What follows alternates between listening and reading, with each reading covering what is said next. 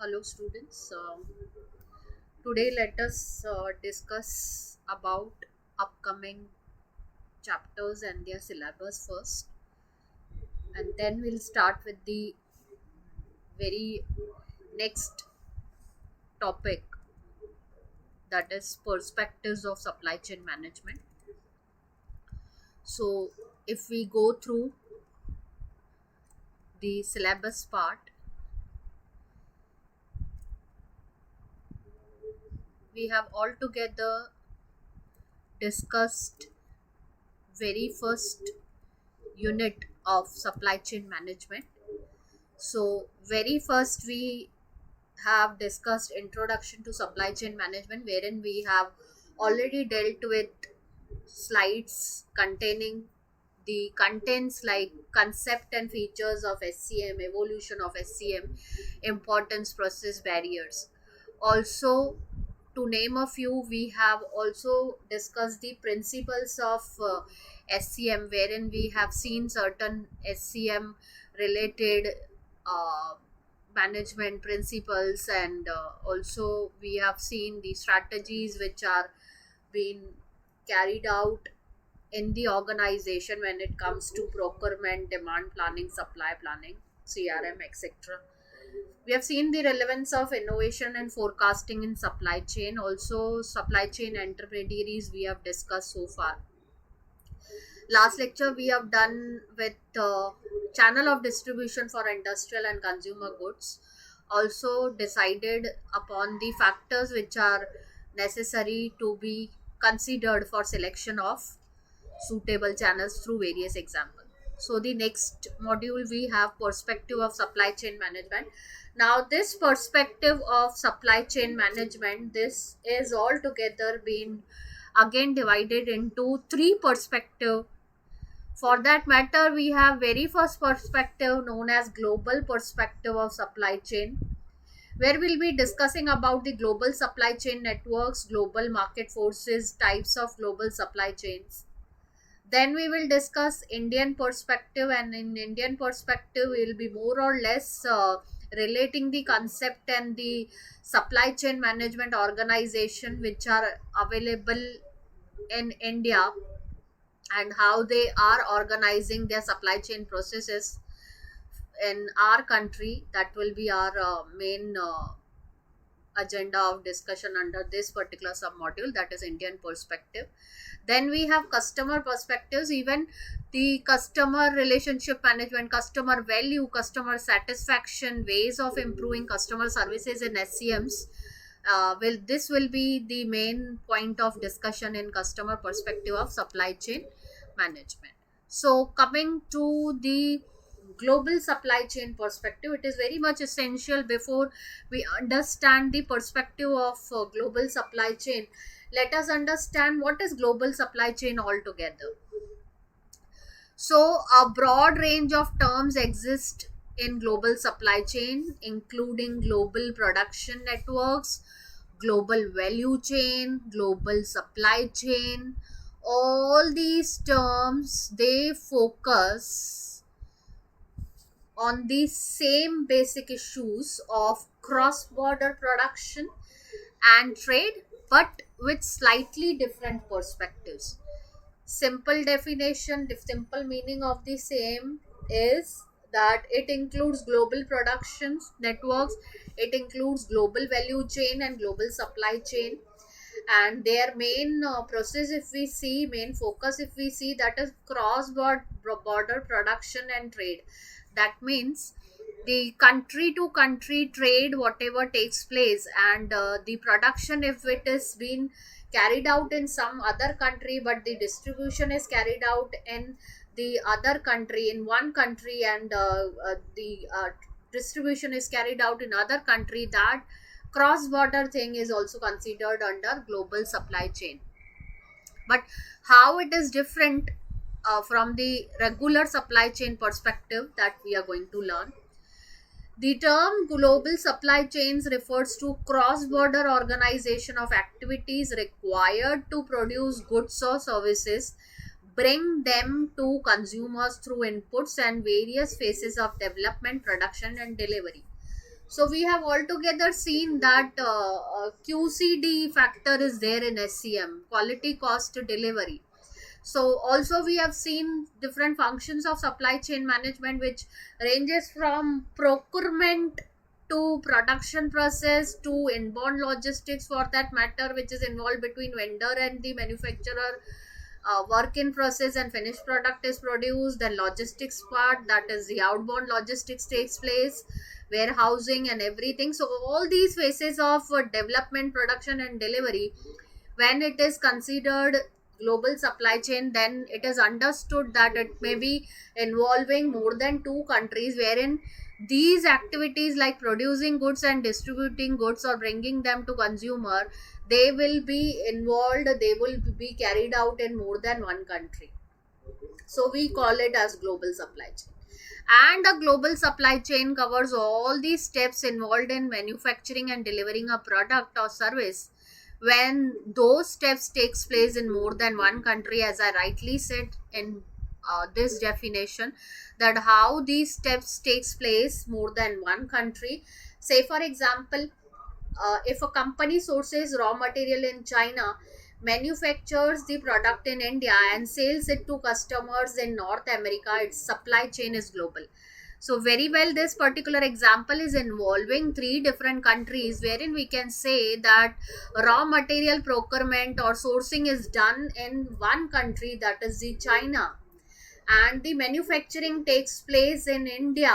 That means manufacturing site is in India, and which sells it to the abroad, to North America, their customers who are staying in North America. So it's global supply chain. Its supply chain becomes global because it is involving procurement from one country, production in another country, and distribution in third country. So we can say that if this more than one country is involved in entire supply chain functions, this supply chain becomes altogether global in nature. So coming back to very first definition, it includes global production network. So in our example, we have seen global production network exists between three countries. Global value chains are also there because the value addition, first input is taken from China, value addition is made in India, and then marketing may be made to North America. So we can have the global supply chains, and these all things are cross border production and trade, that is given in the example. Also, when we talk about the second definition, it refers to cross border organization of activities. We can also relate it with this example because we can see that ultimately three countries are involved. One country is of procurement, other country where production takes place, and the third country where the distribution. So many kinds of FDIs and MNCs, they are operating on global supply chains only, because if we talk about different products, these products are produced in one country. Maybe the raw material is bought from some one country, production takes place in other country, but the distribution is worldwide. So many MNCs will fall under this particular example. Toyota car, for that matter, they are sold in America. Their raw material is bought from the Asian countries. Japan takes the charge of manufacturing it. So that can be example of global supply chain. So, nevertheless, if we talk about global supply chain, it is very much evident, and apparently we have to also discuss their characteristics.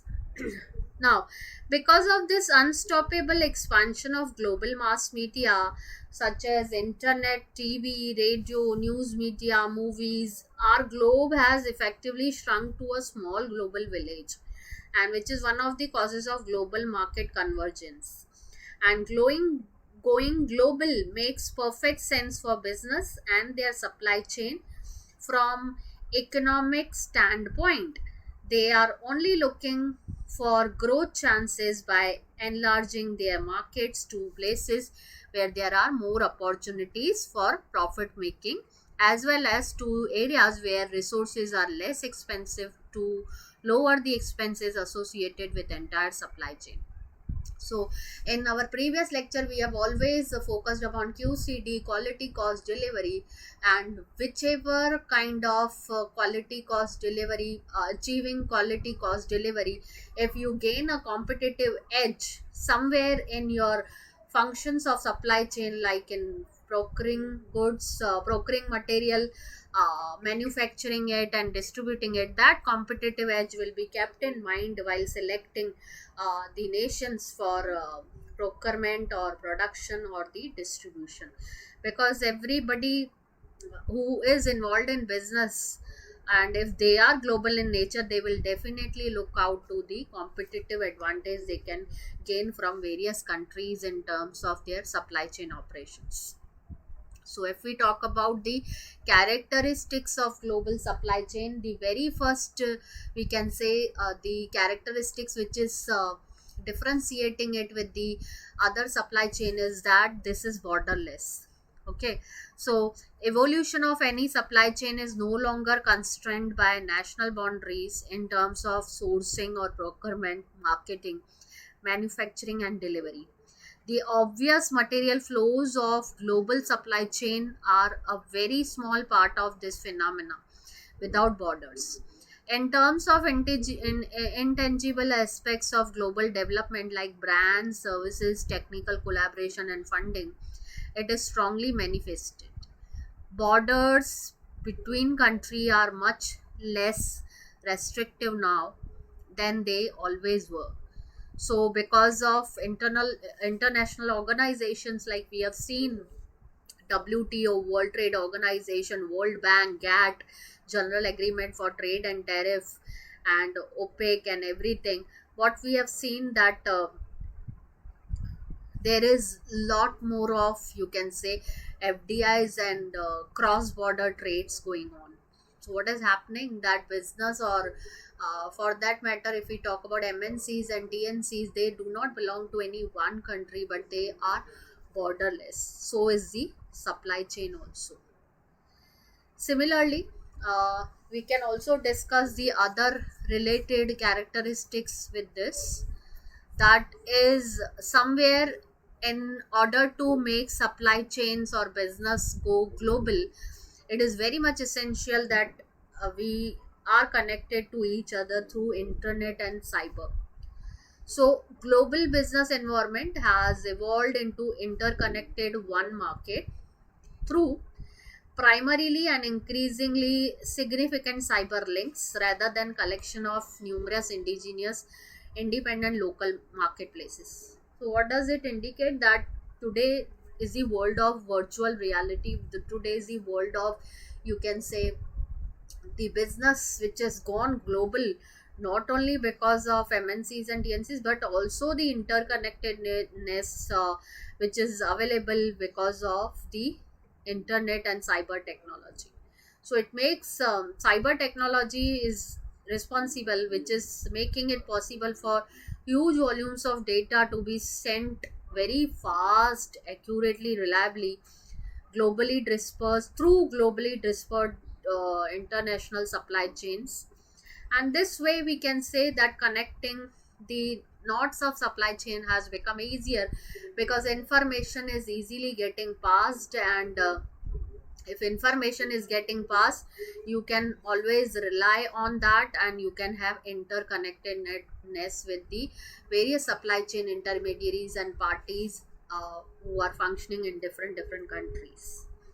The third peculiarity or third feature, the very much evident feature of global supply chain is that because it is cross border, because it is borderless, there is no single law which is having the relevance in that particular market. So what we have seen, this become deregulated. So the already we know that, because of the fact that IMF, that is International Monetary Fund, and we have GATT for that matter, and we have WTO. They have always been in favor of from the Bretton Woods conference. We have seen that they had been in favor of expanding the trade between the increasing the trade volume between the countries. So they had been always coming up with certain policy and repercussions how to strengthen this particular relationship from country to country, between the countries, I must say. So they, what they are doing, they are restricting, they were restricting trade through quota and tariff, but those are removed nowadays. So trade restriction, we have free trade area, then we have custom unions, then we have common market, we have seen FDIs, FPIs. So all these things, and slowly and gradually with the percolation of all these trade restrictions which have been eliminated and reduced globally, a level playing field on the international stage has been created through economic and free trade zones around the world. The rules and regulations that impede the operation of market forces are also made simpler and eliminated through deregulatory measures. So what happens that we have seen example of EU, that is European Union. We have seen example of NAFTA, that is North American Free Trade Agreement between Mexico, USA, and Canada. We have seen SARC nation. We have seen Asian nations. So what is happening? These small pockets of many countries which are doing business in a way that they are having exchange of goods and services also, and they are developing and establishing businesses through FDIs in each other country also. Deregulation have moved society closer to laissez-faire policies, we can say, and free market economy has arisen altogether. This way the amount of government control is also decreased. So these are deregulated market. Then we have environment consciousness or environmental concerns for that matter. So under environment concerns, we what we have seen that concerns about damaging effects of business and economic development on the environment has grown over past 10 years. So last decade has been eye opening because of global warming and climatic changes which we are observing because of the business and its created pollution and environment degradation. So there are many regulatory bodies like EPA, that is environmental protection agencies. Also we have seen carbon footprints, the Kyoto protocol. So leading economies, government, they are getting more active in promoting green supply chains or green business practices. So everybody is looking out for the sustainability in terms of international supply chain also. So environmental consciousness is rising at global level because of global supply chains, and its implication is even seen in global supply chains. Then we have social responsibility. Now how social responsibility? Because cross border or border elements have emerged in global supply chain. So fair trade and business ethics, these are certain benchmarks for measuring a CSR activity of any kind of business. And consumer perception of company's brand is shattered by social presence. A sizable proportion of consumers have started basing their purchases on supply chains moral standards and social responsibilities. Now this way what we have realized that now we are into the world of global corporate citizenship, and social responsibilities of all the concerns, whether they are involved in uh, sourcing or they are providing the vendor services to manufacturer, the logistics, everything, and each and every country is being seen from the eyes of how they are contributing to the society. So this way even socially responsible business is also getting flourished because of this message is spread globally nowadays. Also when we talk about the cultural factor, more or less we will be speaking about the socio cultural factors here. So what is happening that culture, because culture plays a integral part in decision making process for operations and supply chain managers, and strategic decisions are not always based on economic. We have seen that there is a trade off between the objectives of business. Somewhere the objectives are social objectives and economic. When we talk about economic objective, we have always realized that business is there to earn the profit, but at the same time they do have to look out to the other side of the coin, that is how to deliver the value to the society and also be socially responsible, and also they consider the socio cultural factor when they enter into global supply chain. So these strategic decisions are actually depending upon the top level authorities. And what happens that it also include the national culture as the additional external force. So how the customers of various nations they behave, what kind of uh, culture they are following. And for that matter, if we talk about McDonald's, which is selling mac aloo tikki, tikki is nowhere the concept of or the name nomenclature of the product in other countries. So they very well, global supply chain includes studying about the cultural factors of customers of different countries also, and then deciding upon their 4 Ps and product related and other strategy marketing strategies. Then we have landscape and reachability. Now because of internet and because of sophisticated technology, nowadays time and location is no longer a barrier between the service providers and customers. So the supply chain, for instance, due to, we can say, political and economic sanctions on Russia, company in that country could be unable to combine its supply chain with the supply chain network of companies in the USA. So political factor, keeping aside this political factor, we can say that there is no restriction of, you can say, reachability and accessibility to different countries. And also we can talk about the geographical location becoming the competitive factor for many nations altogether, because they can integrate their supply chains with other countries also. So China and India, they were seen, and they are, today also they are viewed as the very good geographic location for manufacturing because of various competitive reasons. Then we have legal environment. Now when we talk about legal environment, because there is involvement of more than one country, so what is happening, the legal and contractual risk frequently originate from disagreement between the terms of contract and different interpretation of those terms or non compliance with those terms. The IPR, for that matter. Uh, we talk about trims and trips in WTO, that is trade related intellectual property rights, trade related investment measures. All those things are prepared as the patent and copyright laws, and these are being followed at larger level through WTO. So even instilling a zero tolerance mentality towards any illegal action and educating employees and management at all levels about the law are wise strategies for avoiding any kind of legal liability also.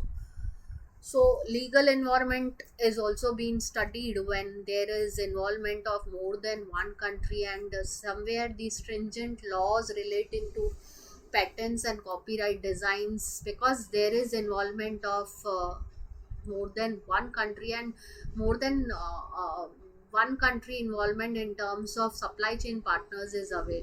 So what happened, that WTO is already with certain kinds of protective measures when it comes to trips and trims, when it comes to designs and patents. So even the supply chain partners or the intermediaries who are involved in supply chain, they are also educated, employees and management is also educated about the legal repercussions of many countries where there's obviously the supply chain is driven. So these all points are there for considering the global supply chain, and their characteristics are very well correlated with different examples when it comes to borderless, cyber connectedness, deregulation, environmental consciousness, social responsibility, cultural factor, geographic location, legal environment. So, when we talk about the global supply chain, let us see the term global supply chains refers to cross border organization of activities required to produce goods or services and bring them to consumer through inputs and various phases of development, production and delivery. And because, for example, because there is involvement of more than one country, the example is given: if a company sources raw material in China, manufacture the products in India and sells it to the customers in North America, its supply chain, we can say, is global in nature. Now also, when we talk about the what are the elements or the functions which are included in the supply chain, we have global production networks, global value chains, and global supply chain, which is ranging from different countries. So we have seen its characteristics also. Borderless, it is cyber connected, deregulated markets are oftenly experienced, environment consciousness, social responsibility, cultural factor, legal environment landscape. Let us see the notes part of it.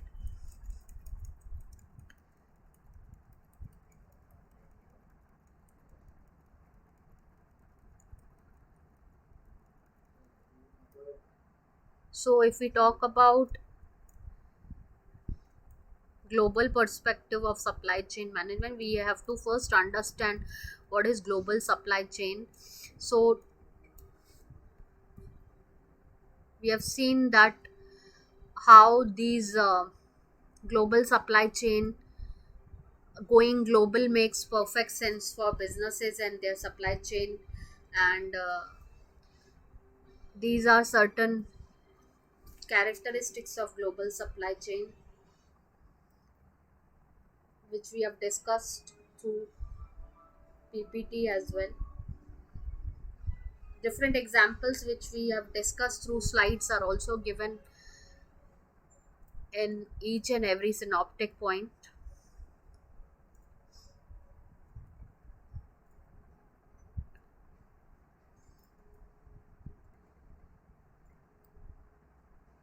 So other parts includes global perspective needs to be understood, the measuring values and effectiveness of global supply chain network. They these things, like designing and implementing logistic oriented performance measurement and control, which we are going to discuss, and its aspects, how to evaluate them, performance measurement का evaluation, उसके goals और functions, uh,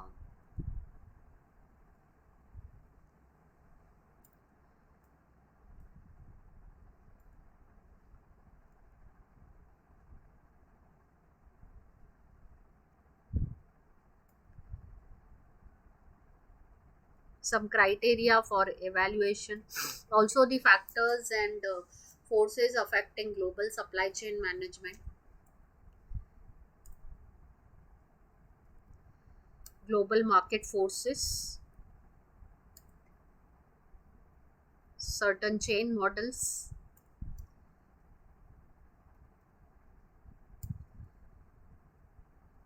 So these are the contents of this particular chapter. Then we have Indian and customer perspective of supply chain management also.